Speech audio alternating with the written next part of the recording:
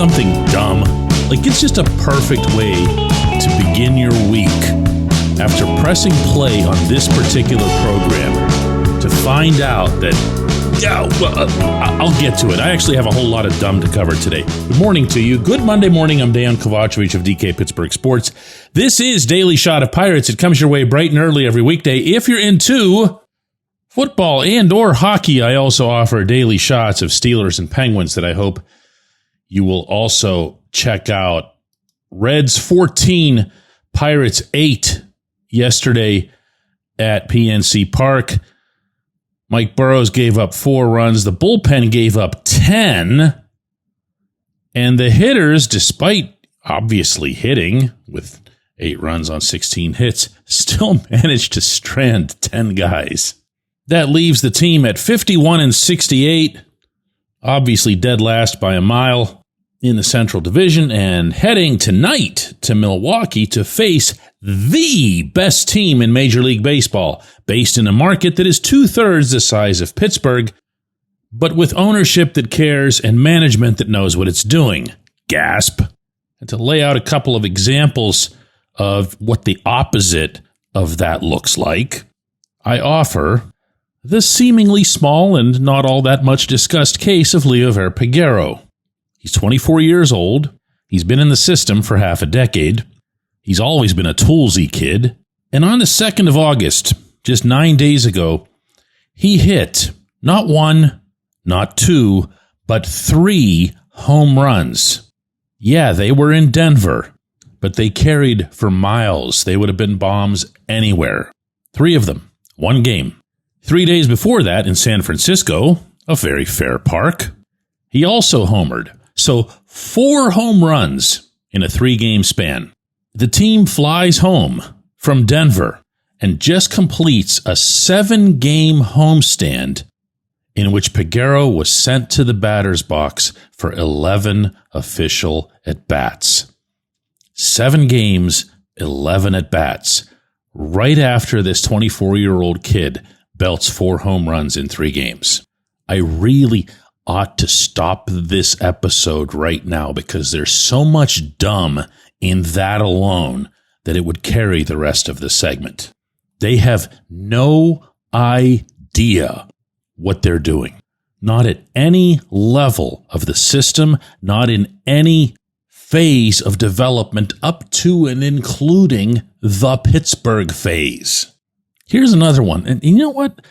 Don't dismiss this one as being exactly as dumb as the first one. It might be in its own way dumber.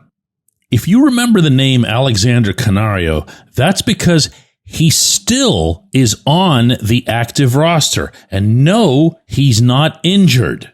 But also no, he doesn't play. He's batting for the season .205. He hasn't had a hit, not 1 hit, since the 7th of July. And in my favorite statistic within this of all, he has 17 total at-bats since June 27th. But he's still here and at least theoretically is blocking somebody, anybody from Indianapolis from coming here and getting a chance. Now, it's not as if anybody in AAA is banging at the figurative door. They're having a good season, the Indians overall.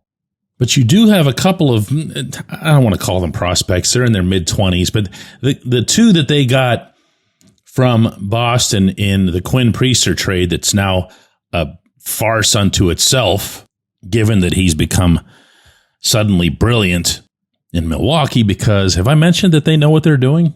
Well, Nick York has had a little bit of a surge in Indianapolis. He's batting .275 with 7 homers and 48 RBIs. That's not super exciting. 742 OPS. Billy Cook is the other one. .248 with 8 home runs, 46 RBIs, 707 OPS. But you want to know something? If you're operating with a functioning brain, you at least want to see what these players have versus somebody that apparently, very apparently, is so toxic to you that even though he's in your own clubhouse, you're terrified to suit him up. You want a third one? I can complete a hat trick here of dumb things.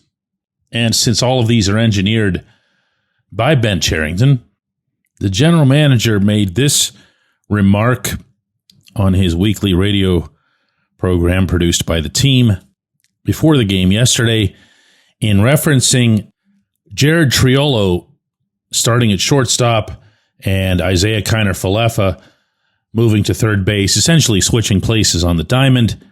For the game yesterday, Cherington said, quote, with Triolo learning his ability to play short, know he's a great defender. He's answered the question, can he play short? Answer is yes. It doesn't mean he plays shortstop next year. In some form, we'll add back to the infield this offseason, a third baseman or shortstop, end quote. Triolo's batting .171.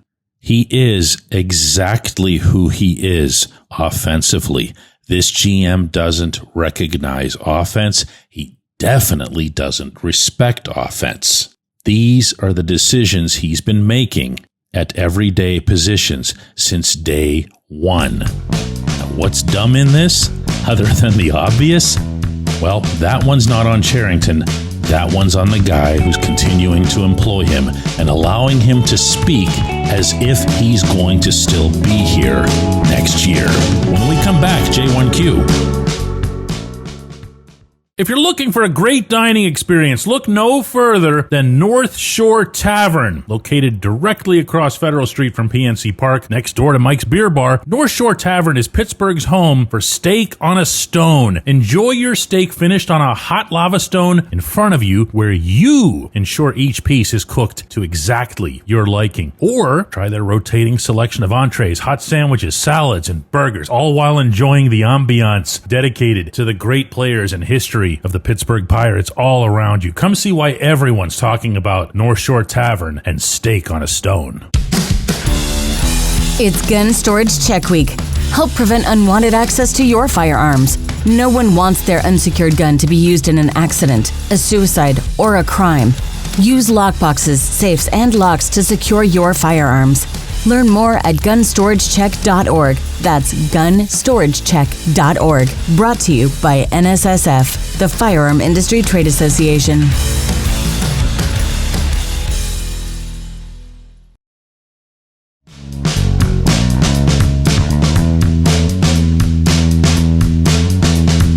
Today's J1Q comes from Bill, who asks, DK, is it time to move on from Henry Davis? My firm answer on that, which might surprise you, is no. And I state that partly out of respect to Henry, how hard he works, how much he's improved defensively, what a great team guy he is, and all that other stuff. But I say it way more for what I'd hope is the very obvious reason that he was a number one overall pick. You have to give those players every opportunity, at least within your system, to figure it out, barring some sort of reasonable trade. But contrary to some popular mythology here, you don't make trades out of spite. You don't make trades because you're down on somebody. The smart teams make trades whenever someone's at high value. So if you really don't believe in Henry, my answer here is presuming that the Pirates were run by at least somewhat intelligent people. You'd wait for Henry to get on some kind of tear. Well, I don't need to tell you that Henry and Jared Triolo have the exact same average, 171. Henry has 4 hits in his last 43 at-bats. I'm going to say that one more time. He has 4 hits in his last 43 at-bats. And all you need to know about why that's happening is to watch him strike out the way he did on those high heaters with the bases loaded yesterday. Just a gruesome sight. It was almost as if the Reds were playing with him, climbing the ladder like that. But no, you don't. You don't make that move. You certainly don't make that move while you still have an utterly, spectacularly failed GM at the helm. You would want a whole new set of eyes, and that means from the GM on down, to take a fresh, hard look at him and see if they can figure something out. If they can't, then you start moving into bust territory, and then you don't really worry about it anymore. But not yet. Not now. No way. I appreciate the question. It's a fair one.